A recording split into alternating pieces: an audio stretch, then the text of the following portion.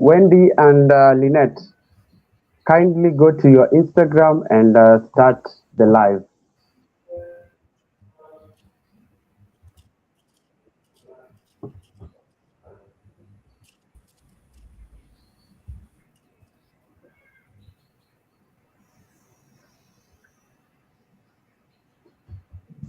Lynette, have you pressed live? Yes. Wendy, have you pressed live? Yes, yes, I have. Please let's just confirm that the pages are on. Okay. Yes, the pages are on. Uh,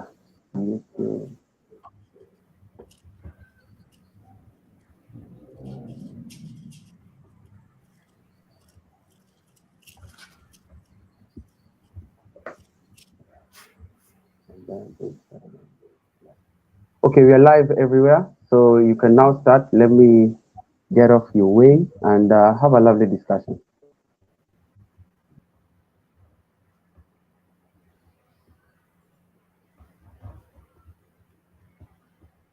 All right.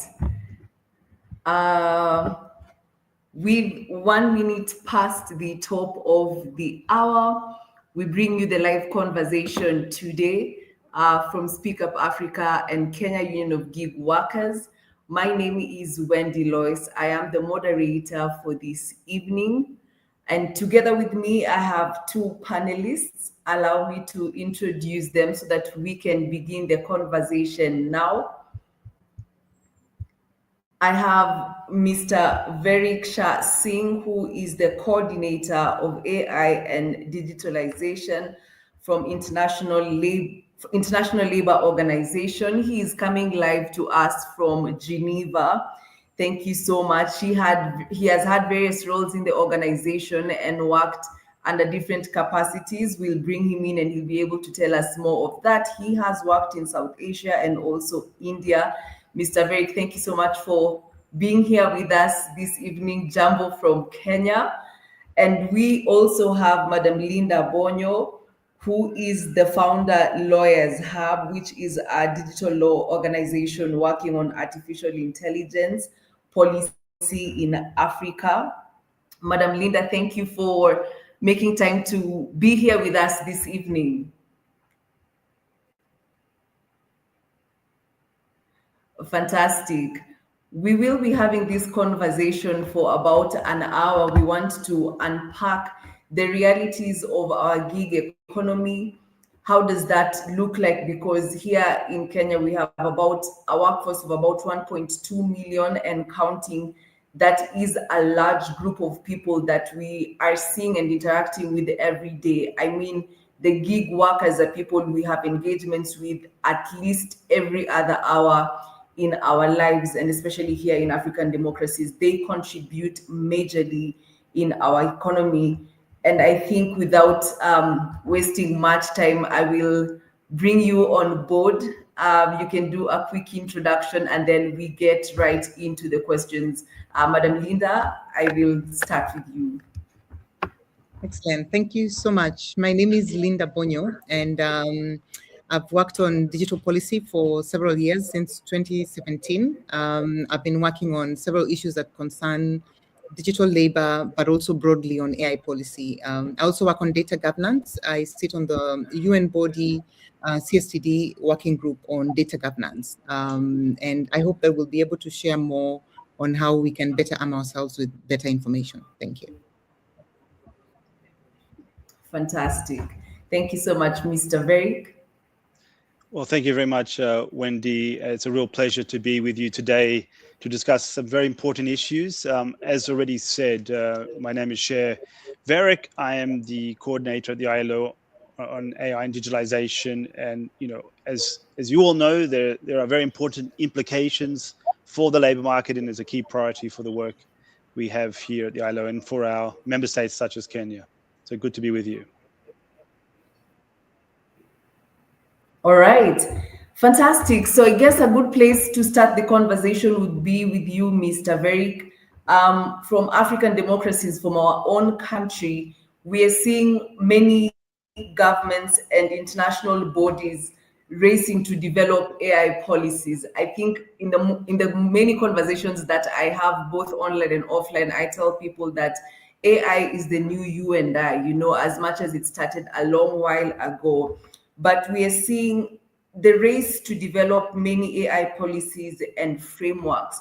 From where you sit at the ILO, how would you characterize the current global state of AI governance? Yeah, thanks for this question. Indeed, we're seeing around the world and also the global level a lot of action in terms of different initiatives for AI governance and AI policy. I mean, I'm going to mostly comment on what we're seeing at the national level around the world, but obviously globally, there's been some important milestones in recent years, most notably the adoption of the Global Digital Compact in 2024. And we have a number of follow-up activities there for the UN system and member states. Most relevant would be the Global Dialogue on AI Governance that's going to take place in July of this year in Geneva. Of course, at the ILO, there are a number of activities going on that have a global perspective, including some of your members will know, and participants on this webinar will know that there is a standard setting process going on at the ILO in terms of decent work in the platform economy that will come up for the second discussion in June. But let me say a few more specific things about the national level, because indeed many countries have adopted national AI policies. And in fact, our own analysis of them tell us that they started around 2017 in countries like Canada, China, but in the ensuing years, we now have almost half of all member states having an AI strategy or policy. So there's a bunch of other countries working on them currently. So it's a really big ticket item for many governments, where they all see in particular how fast AI is evolving and the need for policy. But I would stress, looking at national AI policies and strategies, they do have some labor market components, but they tend to focus very much on job quantity issues around, jobs in a narrower sense. They tend to look at, human capital, development skills, etc., and also some of the use of AI within the public sector. But what we see generally around the world in AI policies, that a number of key dimensions for decent work are missing in terms of job quality and working conditions, reference to the need for social protection, labor market policies, etc., but also the role of social partners, trade unions, employee organizations, and vulnerable groups. So, and this reflects, of course, most of the AI policies are being driven by ministries of digital transformation in most countries. So there is an important opportunity to bring some of those elements together when we're looking at the role of AI policy. So I'll stop there, but thanks for that opening question. Yeah. That was quite an unpacking, and a bit that we will be coming back to. But allow me to bring Madam Linda into the conversation. And you've had a webinar series of Lawyers Hub webinar series, and I think you've been able to track how the progress has been made in the different African democracies that we've had. And from your perspective, what are some of the important lessons that Kenya should be drawing, and if at all, mistakes that we should avoid? Because later on in the conversation, we'll be seeing how some of these policies are being made, but some of the key players who are in the market itself are not being involved. So how are other African countries approaching AI policies, important lessons that we can draw, and most importantly, mistakes that we avoid? Excellent. Thank you so much for the introduction and, Verick's comments, setting the stage on the Global Digital Compact, which was very important, emanating from the UN General Assembly. So I want to encourage as many digital workers as possible to show up at the UN General Assembly. There's very many side events in September in New York that feed into the conversation. So it's just not for policymakers. A lot of us go there and try to get into the spirit of the discussions and the negotiations that are happening. Also at the African Union level, when there's the annual convening in Addis in February, it's important that your voice is there. I say this as somebody who's been part of these processes. I've spoken at the UN General Assembly. At the African Union, I was on the working committee that drafted the Africa Data Policy Framework, but also I'm on the African Union AI working group. So what that means is, if you're not on the table, you're on the menu. So if you don't get there and get your voices heard, chances are you are not going to be considered in any given way. And so we are seeing this with also national policies and national AI strategies. So every Monday at 12 o'clock Kenyan time, we discuss different national AI strategies. So this past week, we did discuss the Ghana strategy that was launched last week, Friday. And one of the things that we've been seeing, we've done this for Zimbabwe, for South Africa, for Kenya with the AI bill. One of the things that we see is institutional frameworks are very important. You need strong institutions to actually make sure that workers' rights, especially digital workers, are actually protected. So we see, for example, in Zimbabwe and in South Africa, they introduced an institution called, they have an ombudsman, which Kenya has. But now they are saying they need an AI ombudsman. An ombudsman or an ombudsperson is where you go to complain about any government process, okay? So for example, you want to understand transparency issues, that how does this AI work? So the Office of the Ombudsman is a great person to actually do this. Some universities in Kenya, for example, I began my career at Jomo Kenyatta University, they already had an ombudsman years ago, I think like 15 years ago. So that's really important. So institutions are important. Number two, we're seeing a trend where there are funds that ideally can protect you from this harm.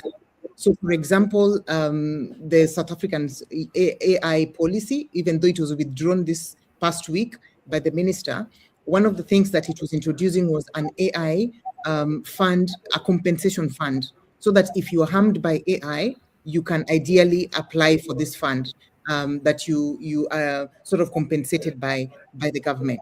So that's some of the things that we're seeing in terms of new institutions, strengthening human rights, institutions like the Kenya National Commission of Human Rights. That's the approach that Zimbabwe had taken. But on the other side, make sure that people are actually funded for when they suffer the harms. The problem with digital workers across Africa is that none of these policies address the digital workers.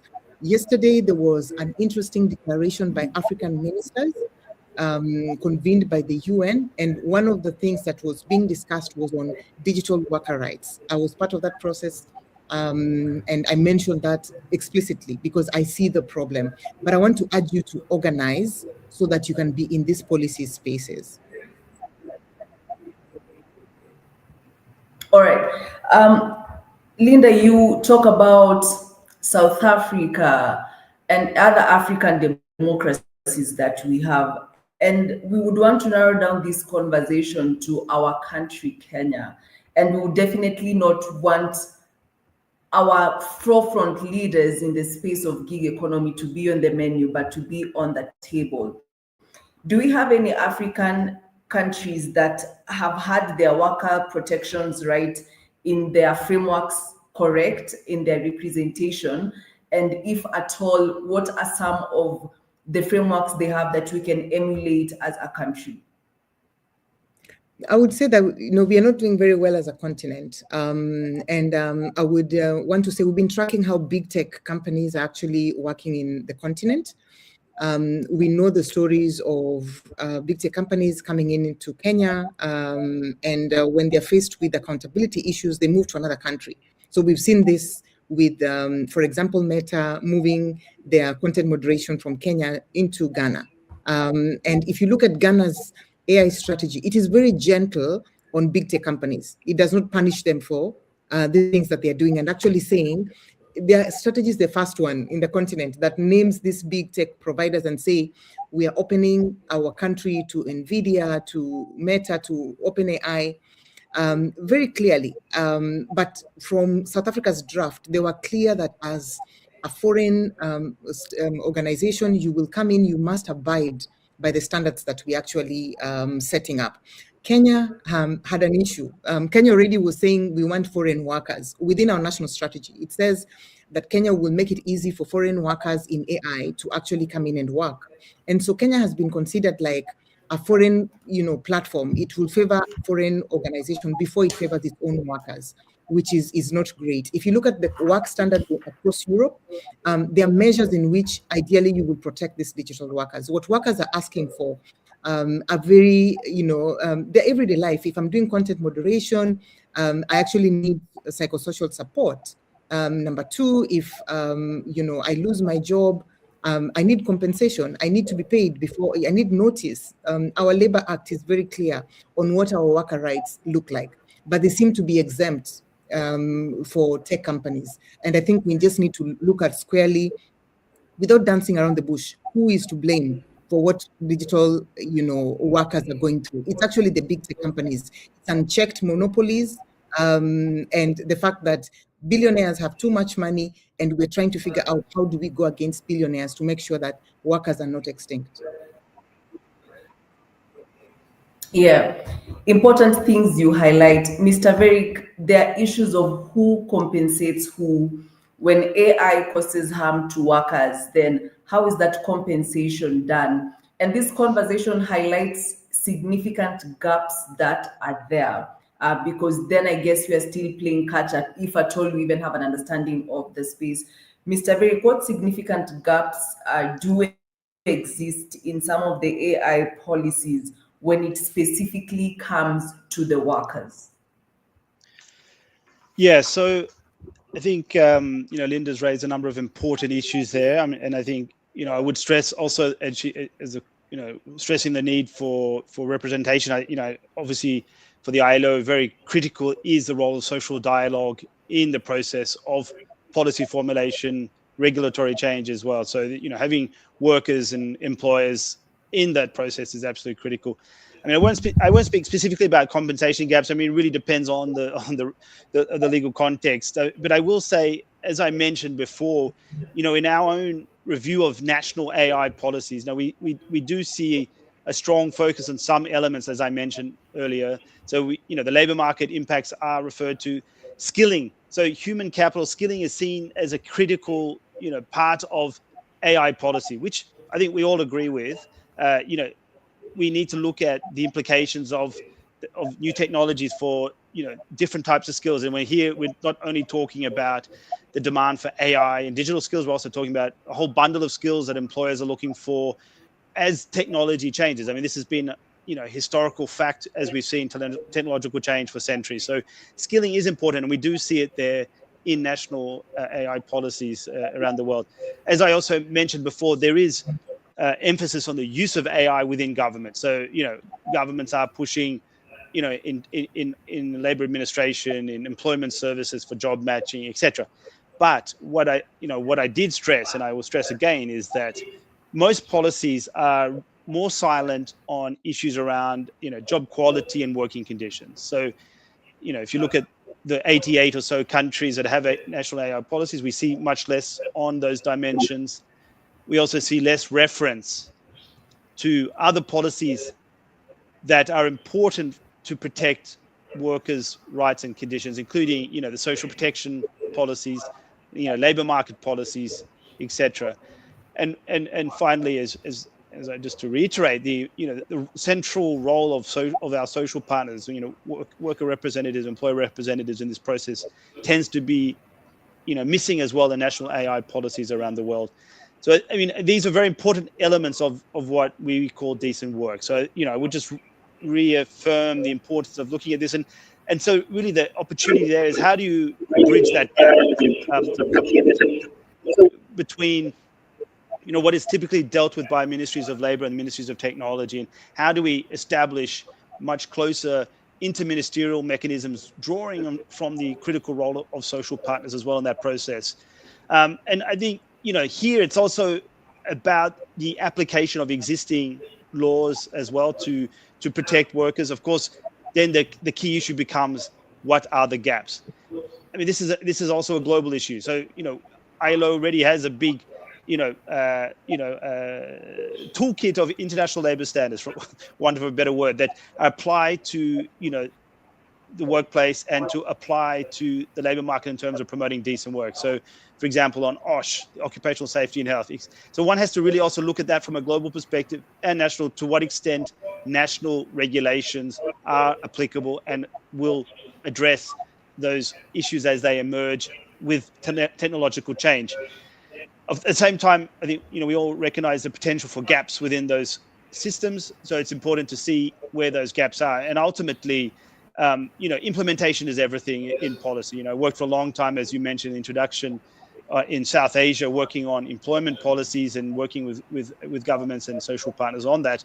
And I'm very much aware of the importance of ensuring that we also have strong implementation, not just policies on paper, but ensure that those policies are being translated into action, with the right interministerial setups within government, with the right involvement of social partners and the right funding mechanisms to ensure these policy and strategies translate into results.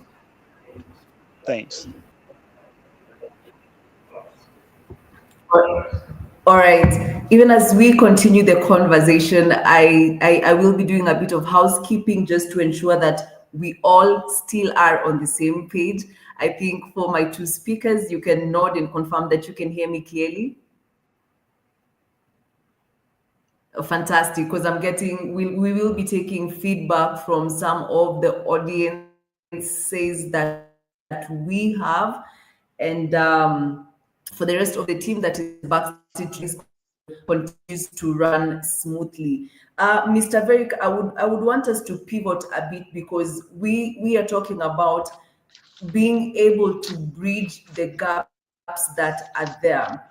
One end of that spectrum is the discourse that is being had in the public about job losses. Many workers get into bad predicaments where you just woke up, and because of the conditions that are set there already, because of discriminatory feedback or whatever, you are laid out of work and now you're jobless. And the other end of that spectrum is the conversation around having quality of work, wages, better conditions, and rights that matter. Do we have any evidence that can speak to how AI is already reshaping job quality for workers, and particularly for platform workers in the gig economy? Yeah, thanks. Indeed, if you look at headlines around the world, the focus often is that AI is coming and to destroy jobs. So, and this is more broadly, it's not specifically about platform economy, platform workers, but in general, you see this headline around the world. And I mean, this is not a new phenomenon in terms of that type of fear. We saw that 10, 15 years ago, when there was fear about automation, more in line with robotics. And we see that earlier during the Industrial Revolution. So in some respects, this fear is quite natural to think our jobs will disappear because of new technologies.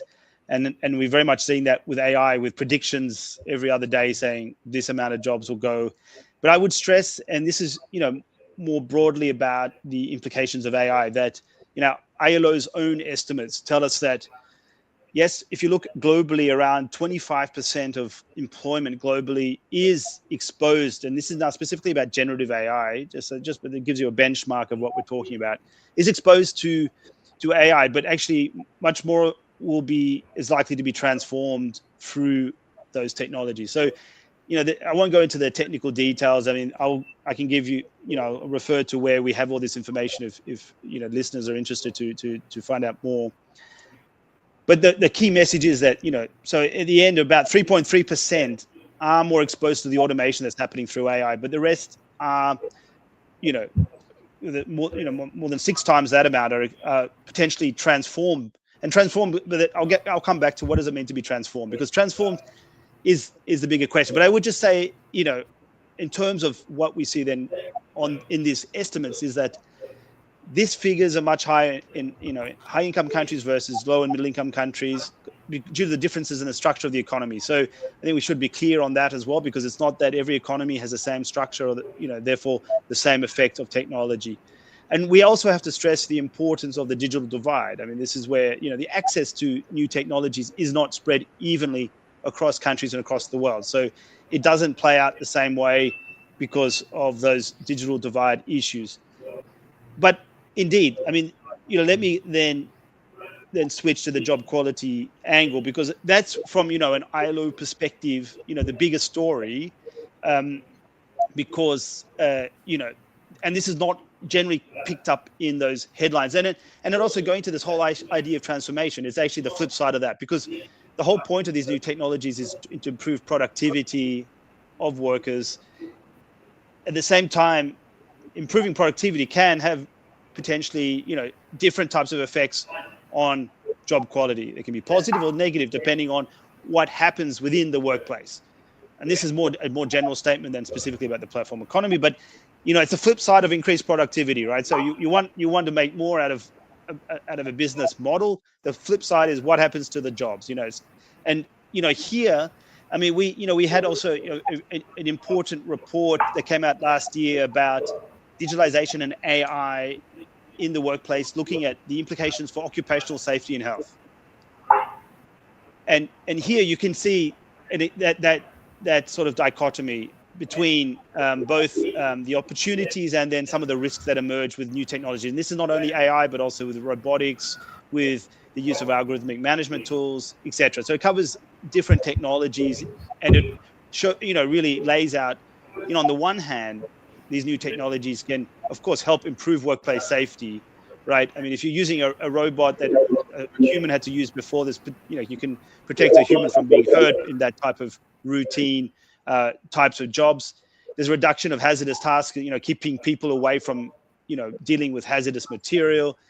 I mean, reduction of repetitive work potentially that some of these technologies can do, and ultimately then have benefits for the job quality. But at the same time, we have to be, aware and look at what happens to human oversight. So often people talk about human in the loop, human in the lead, but if humans are not part of that process, then we have concerns. It also goes to the issues around accountability, around verification, and ensuring the whole process remains deeply rooted in a human-centered ethical approach. But a couple of other risks we see also outlined in the ILO report on OSH that came out last year was linked to issues, work intensification. So yes, work productivity can increase, but at the same time, what happens to work intensification? How intensely people have to work. We need to also consider what the implications are for social stress and also ergonomic stress if this becomes an issue. So I think bottom line is there are both opportunities and challenges that emerge with any new technology, and we have to be particularly aware and focus on those in order to see how we harness the opportunities, but also address some of those risks and challenges that emerge in the process. All right, that's quite insightful and very packed. I would want to just throw it in that we are unpacking quite a lot, and I would want our audience to keep their questions noted very well. If you will be directing it specifically to either of our guest speakers this evening, please have the questions noted down, because I will be taking them up as we come to the culmination of the conversation, and then we'll be able to pick questions or responses and comments. Linda, I will come back to you and say, right now we are seeing Kenya is in the process of formulating its AI policy, and fundamentally gig workers are not included in this process. Earlier on in the conversation, we said it's one thing to formulate the policies, and it's another thing to implement the policies to help those it affects directly. But just before we get there, there's a significant gap that even the primary workers who actually are affected by AI directly are not represented in the process of formulating the policies. And this is a gap. So how do we come about this gap, even legally, for the people in the gig economy, to make them feel like they are heard, they are thought about, they are well represented, because then this is the exclusion is a big discriminatory gap. Yeah, I agree with you. Exclusion is not nice. Nobody wants to be excluded. But I also must say there is, having done this work, and I was an outsider. I was not the bar association, but I was somebody who thought that law could work together with technology. I think that there is room for the strong to survive. Strong unionization, people coming together and getting to, to make sure that their voices are heard. I do have a few, comments as we proceed. I'm going to try to share something quickly on what I see as an opportunity, but then also, a challenge for all of us to think about. So I mentioned earlier when I said this, that if you're not in the room, you are actually in the policy. And I want to make it a little clear on what are the challenges that digital workers are going through. There is the global north challenge, what people are going through in Europe and the US. That's very different from what African digital workers are going through. So first of all, most of the Kenyan workers are going through algorithmic management, So we're still grappling with how do we define the gig economy, but also how do we define, for example, AI workers. There's no recognition of any of the platforms as a regulated category. So we still have to talk about who are these gig workers. I had this interview a few days ago, and this researcher asked me, so who is working in AI in Kenya? And they're very senior. And it broke my heart that they have no idea of who is this particular person. I like the fact that you described invincible workers, like the algorithms are the ones that are determining exactly what needs to happen to you. I think we need to talk about that asymmetry, but also we already have documented harms in Kenya, which we must continue to talk about it. The work that we do at the Africa AI Policy Lab, if you go to aipolicy.africa, you will see some of the documented AI labor harms that we've documented. There's this microtask workers that are earning less than, and I think Time Magazine did a really great job of showing what was actually happening in the continent. And these jobs are going to be automated. So I would say this, we must be loud in the policy. So what are you supposed to do? How do we get there? I think there needs to be a formal seat. I personally will try and make introduction to the people that are doing this AI policy locally in the country for, there to be some sort of synergy and to see where you can engage. But also there needs to be some risk classification. Kenya's AI bill, which the government has said that you should put in your comments by Monday next week, there's no risk classification in that bill at the Senate. So we sort of need to classify these algorithmic terms for workers as high-risk use case. Also need statutory sort of platform workers, and that is the work of Parliament that needs to go in. I'd also want to say that we need to audit these systems. South Africa, for instance, came up with the idea of workforce assessment. We do not have that in our particular law. That needs to happen. I also want to acknowledge the harms that you're going through as digital workers on surveillance. People are actually, being recorded. Voices are being used for things that you actually did not say yes to.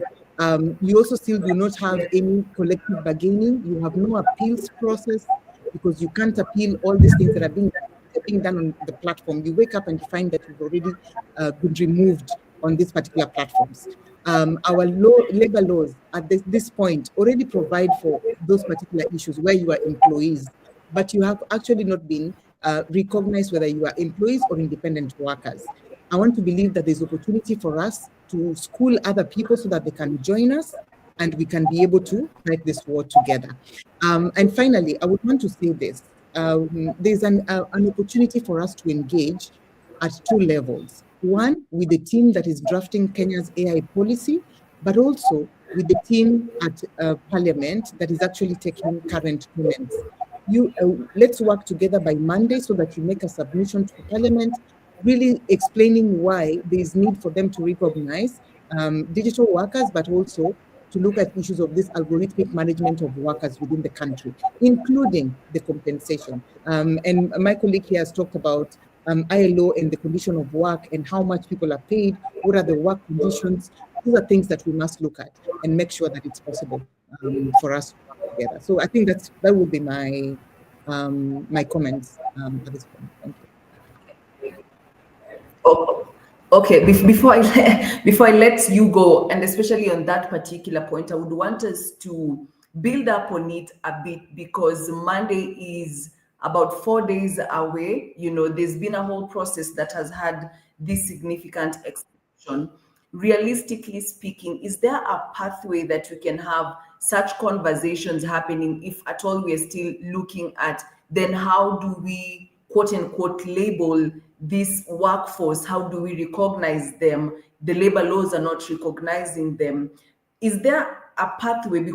Because you've mentioned that there are two ways that we can have inclusion in the conversation, and I would want you to put more emphasis on that, considering that we have union nows like Kenya Union of Gig Workers, which is KUGO, that can meaningfully bring a difference and make a contribution to the policy that is already there, leave alone even the bill that is at Senate. Is there realistic time and pathways for the contributions to be had? I think there is, and I'm not being just optimistic. The Lawyers Hub has been sending comments to Parliament on digital related issues, and we have seen the response. They call us for the committee meetings when we make the submissions, and they do public hearings. On whether they hear us or not, do they take what we said seriously? Does it end up in the law? That's debatable, and that's an opportunity to actually audit what public participation has been in the country. But I would say this: it doesn't hurt to start. I think that there needs to be a memorandum going out on Monday, and in terms of technical support, Lawyers Hub can help you draft what exactly you're going through in this. Our view around the bill is that the bill ideally is too specific at this point. It's too early, and it can't cover everything. We've been agitating for like the Chinese model, where you can simply just have different legislations that handle different things, like let's say algorithmic management. China has come up with different stuff like, let's look at how different sectors handle these things differently, whether it's on general purpose AI, like the stuff that you use, like ChatGPT. It's very different in that sense. But to have just one huge bill on artificial intelligence is coming from the Senate, which does not have the capacity to make money bills. So right now it's at concurrent stage.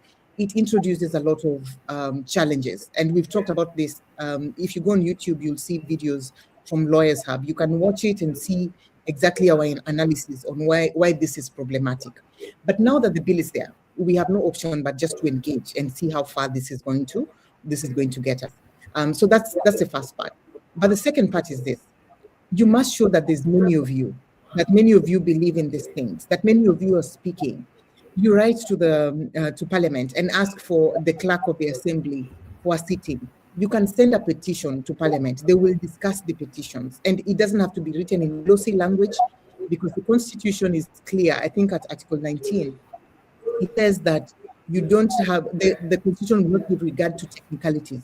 So technicality means flowery language. You don't have to know all that, but you need to send something to Parliament in that sense. So I would say yes, it's possible. For the national AI policy, it's being I think it's being funded by the UK government. And technical support is also being offered. Kictanet was part of the process that's part of the convening, the Kenya ICT Action Network, Kictanet. They're the ones who've been, convening these particular discussions. We were invited, and the conversations are ongoing. So I would try and make the connection to see if either you could be included in the processes that's ongoing. But I would tell you, for Lawyers Hub, we are open. Our discussions every week are very open for anyone to come in and school ourselves. But finally, I want to say this, Wendy. Politicians are counting on your ignorance for them to bully you in this country. We must not be bullied. Go out and get this knowledge so that you will be able to defend yourself. I also want to encourage you, and I've told the lawyers. Today I was speaking to lawyers in Mombasa, the Mombasa Law Society. I told them we must begin to sue these people, because when you sue people, they lawyer up, they start cleaning things.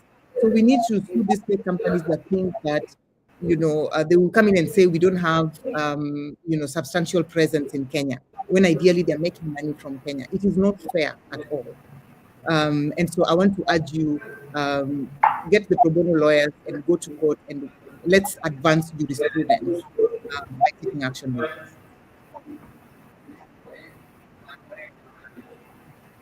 All right. Thank you. And I guess we'll put in more effort to do that. I will be bringing up the questions, but America will come back to you with this, that we have different categories of workers within the gig economy. So, and they are they're exposed differently to negative effects of AI-driven work organization. Which category is mostly exposed?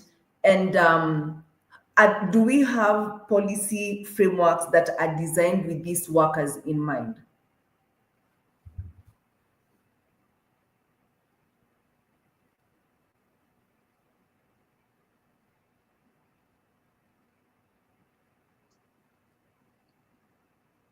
So this, Wendy, this was a question for me. All right, can you hear me properly now? Yeah, that was a bit, didn't quite, could you please repeat? Sorry.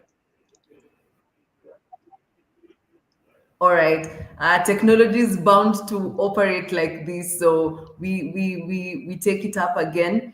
I'm saying we have different categories of workers within the gig ecosystem, and some of them are more exposed to negative AI-driven work organization. So which category is mostly exposed, and do we have policy work frames that are designed with these workers in mind?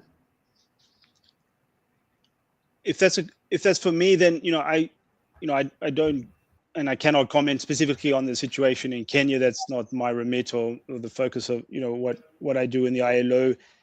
I mean, I would stress, of course, the importance of the broader decent work issues that I've already flagged as a centrality to policy frameworks that need to be in place to protect all types of workers. So, I mean, we talked about the skilling, but also the access to social protection, some of these core governance issues that are very important for all types of workers in terms of their relevance to existing international labor standards, but also how to ensure to safeguard rights and in the workplace. Again, I would stress the importance of the social dialogue process. I mean, for ILO and for our constituents, it is very critical. So it's also the process, not just at national level, but also sectoral level, and also in the workplace. I mean, that is the critical challenge, to ensure we have the right type of social dialogue mechanisms in place. I mean, I think I fully take note of Linda's point that Kenya is different to the north, the global north. I mean, of course, because when if you ask for which countries are doing a comprehensive sort of approach on some of these issues, it does some of the global north countries come to mind. But I think there are many efforts underway in countries like Kenya, elsewhere. I think the critical issue is that dialogue process, as highlighted, linking to existing policy frameworks, existing regulations. But I also think a critical part of understanding what is happening is you talked also about what's the evidence, what do we know? We still need more evidence. So I think collecting more data about what is happening for different types of workers and in different businesses and different locations is absolutely critical. So more information on what is happening is a very important input, and it should be a critical input into any policy process in any country. So to me, it's always about what do we know, and what can we learn through social dialogue and to inform the right types of policy approaches. So back to you. Thanks, Wendy.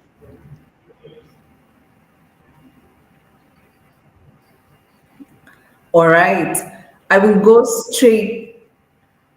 Okay, I will go straight to the questions that we have, and I will start with Miriam, who is watching us from LinkedIn. Miriam, thank you for joining the conversation this evening. I will read out her question, and then we can have responses from both Mr. Verick and Madam Linda, or we see how The question is framed, and you can best take it. And Miriam says, beyond transparency, are you also exploring how to anchor workers' rights? For example, in terms of skills development to understand the technology and linking from the ability for workers' representative to block new technologies which they deem problematic. More broadly said, how do we build worker empowerment?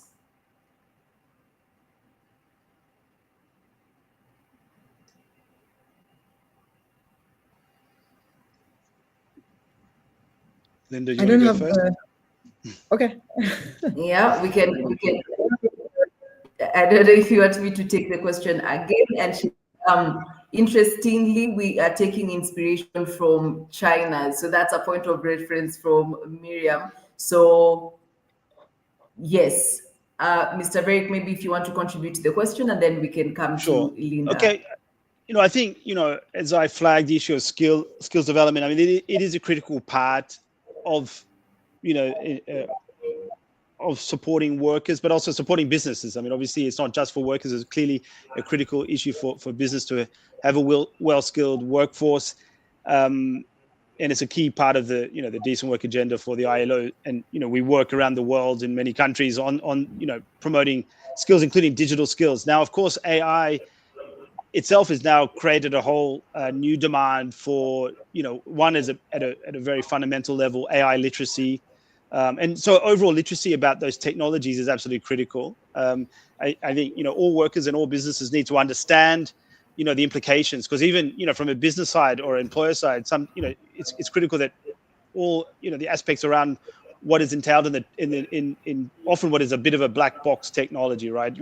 Using AI in the workplace, most of us don't actually know what's going on, within the technology itself, right? So it is critical to have AI literacy and also have that for both workers and businesses. But I would also stress that, there is a broader employment policy, as we would say in the ILO lens. Ultimately, when we look at skilling, we look at job creation. I mean, it is absolutely fundamental to see the broader, landscape in terms of what are the opportunities for job creation, what is driving those jobs, and how to ensure that, the overall industrial policy landscape then is supporting job creation more generally. So I think a key issue that we see in a number of countries, some of these things get a bit disconnected. So how to ensure there's coherence in those discussions, that it's not skilling sitting here and then workers' rights and other aspects that are linked to job quality put somewhere else. I think it's very important to have a comprehensive approach that addresses both the the skilling side, but also the job quality issues, workers' rights, working conditions, and also the the issues that are pertaining to the business itself, the business model. Thanks. That's my response to that question.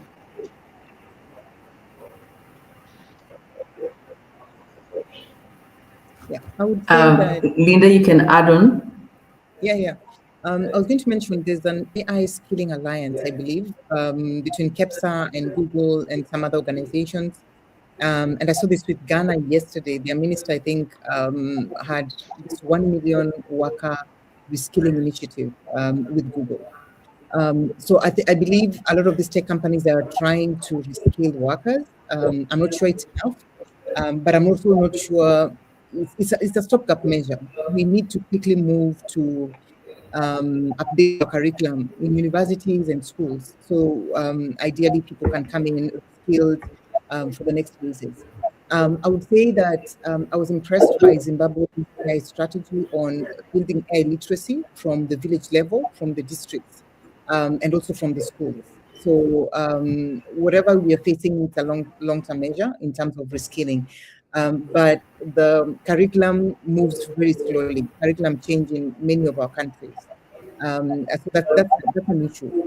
But I also want to talk about there's an opportunity to amend the Labor Act, and I think that is where the greatest opportunity lies. Today, there's an incredible, suggestion by one of the senior lawyers who said, why can't we have an omnibus amendment rather than have a standalone artificial intelligence bill? So omnibus amendment is like bringing in so many laws that can be changed. So you change like 100 laws at once and just say that in terms of labor, this is how AI is affecting us.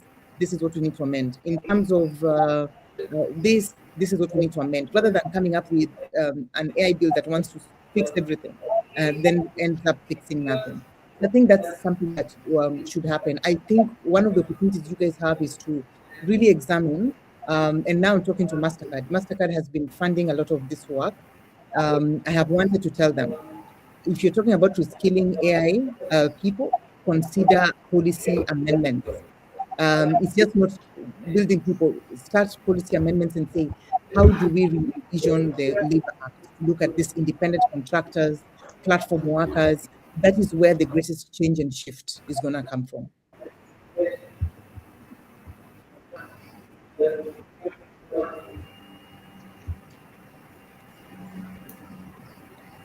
All right, thank you. We still have 3 questions to tackle. We have Dorothy from Instagram who says, what is it that policymakers are getting wrong about AI and gig workers that leads to policies that may not serve workers' best interest? I think we highlighted the gaps that we have early in the conversation. Linda, I'll just say this. I just quote somebody. Last week, I was telling Verick, last week I was in Geneva and I met somebody. They work with governments across the world. And they told me, I have never seen a people so wrong, but so confident. And I asked who? They said, governments. They are so wrong about AI, but they are so confident about it. And it made me think, they're changing things, they're doing this many things and maybe declaring stuff. But ideally, they still ask themselves, who is the digital worker? They haven't figured out even the people that are in the system. I think a lot of the tooling needs to go to governments, like support policymakers and regulators to understand what's going on. And that's what we start from at the Lawyers Hub. Like, let's teach our colleagues who have no idea about technology, but are actually managing people, regulating people, but they don't get where this is from. Like, for example, some people will just come to AI with a lens and say, oh, you people are digital workers, you're making money. Then they start taxing you without thinking about, do I really understand what I'm taxing? Is it the right time to tax this particular sector? Or maybe it's time to incentivize so that it grows, and then it's going to give us even more money in a few years. So I would say that is the key problem with policymakers, that they might be so wrong, but they're so confident about where this is going. But I also want to make one final opportunity. There's a great course that's been launched by UNESCO for judges this week. UNESCO and Oxford University have an AI program for judges. So there's something for someone. There's an opportunity for us to reskill even around labor issues. And this might be an opportunity for you. Don't just look at the problems that are happening. This is a key opportunity for you to start things and to partner with people that are already doing these things to get us to the next level. So let me... All right. Mr. Verick, I'll come to you. There's a very interesting... Okay. Go ahead, please.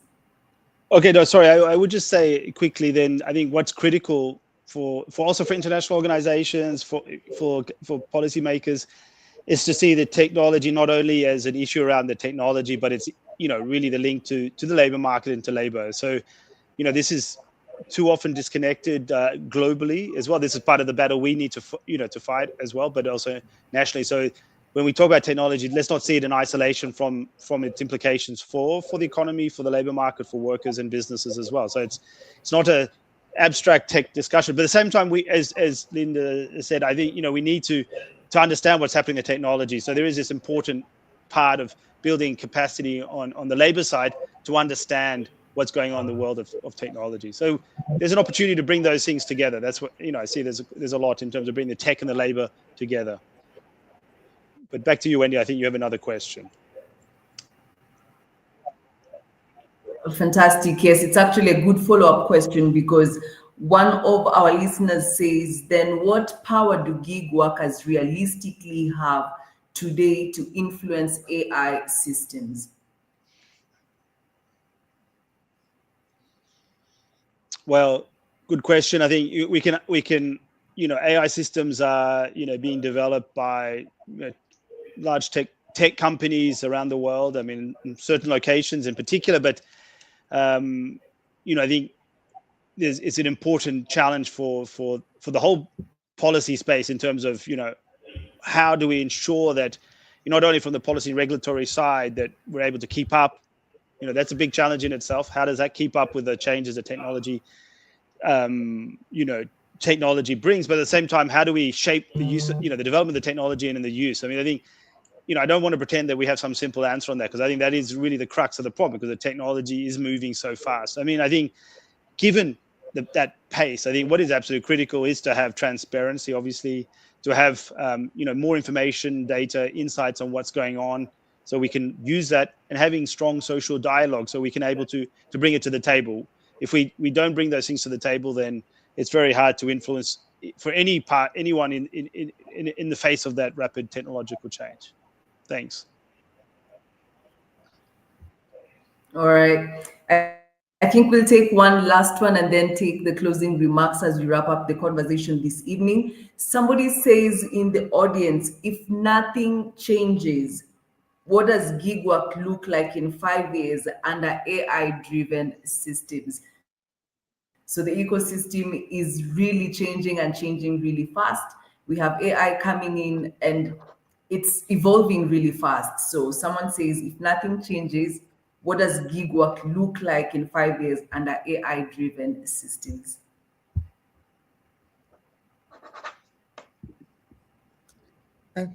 I think we're all becoming gig workers every day.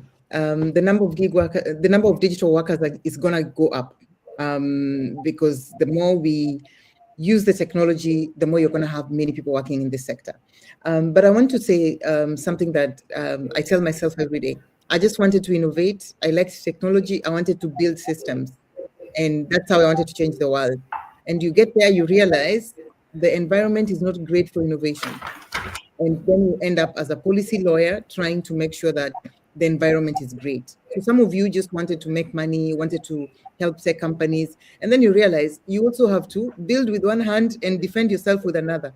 So I would want to encourage you to engage in the boring tasks. The boring tasks in this thing is, how do you participate in public policy processes? How do you get your voice heard? Because you just wanted to work, but now you actually have to think about what is a harmonized regulatory process in Africa look like? If Kenyan gig workers and platform workers are talking to themselves, you are going to lose. But if you start talking to the ones in Ghana, you're talking to the ones in South Africa, suddenly tech companies now begin to negotiate with you because they know that you have the worker power. And so you're going to take this to the next level. So I would say speak to each other. As for us on the policy side, we're working towards a more harmonized policy framework for the continent. I think for you, you need to work together across the African continent and see how do we talk to other platform workers and what's there in the synergy that we could build. Thank you.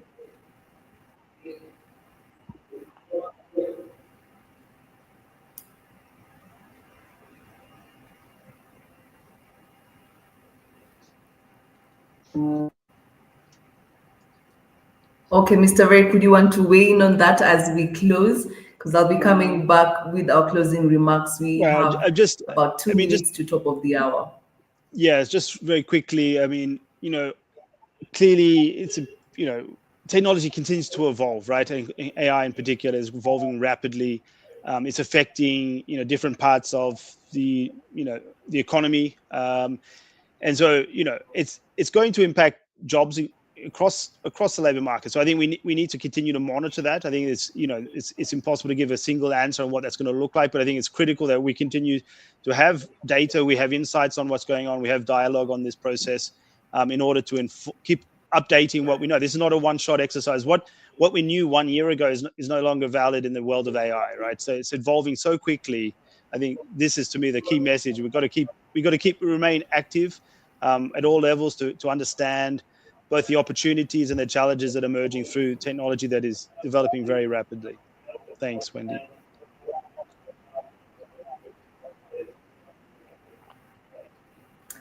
Fantastic. Allow me to appreciate you both, Mr. Verick and Madam Linda, for joining the conversation this evening.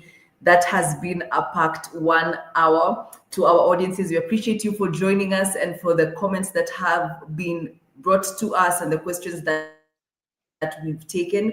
We've had Mr. Verick, who is the coordinator of AI and digitalization at our International Labour Organization, coming live to us from Geneva. Then we have Madam Linda Bonyo, who is the founder Lawyers Hub, which is a digital law organization working on artificial intelligence policy in Africa. Thank you so much for making time to join us this evening. This live has been made possible through the collaboration of Speak Up Africa and KUGWO, which is Kenya Union of Gig Workers. And as we wrap up, I just want to bring to our attention also that there is a partnership between KUGWO and Microsoft on top of the AI skilling programs that have been mentioned from the big tech companies. Microsoft has partnered with KUGWO to deliver free AI fluency courses. So if you're in the audience today and you'll interact with information from KUGWO social media platforms and grab this opportunity. Once again, thank you so much for this lovely evening and for the conversation we've been able to unpack. My name is Wendy Lois. I have been your moderator this evening with exactly 1 hour past the top of the hour, 7 p.m. East African time. We leave the conversation at that point. Thank you so much, and Baraka, thank you. Thank you. Guys, just a little bit. Let me end the stream. Okay. So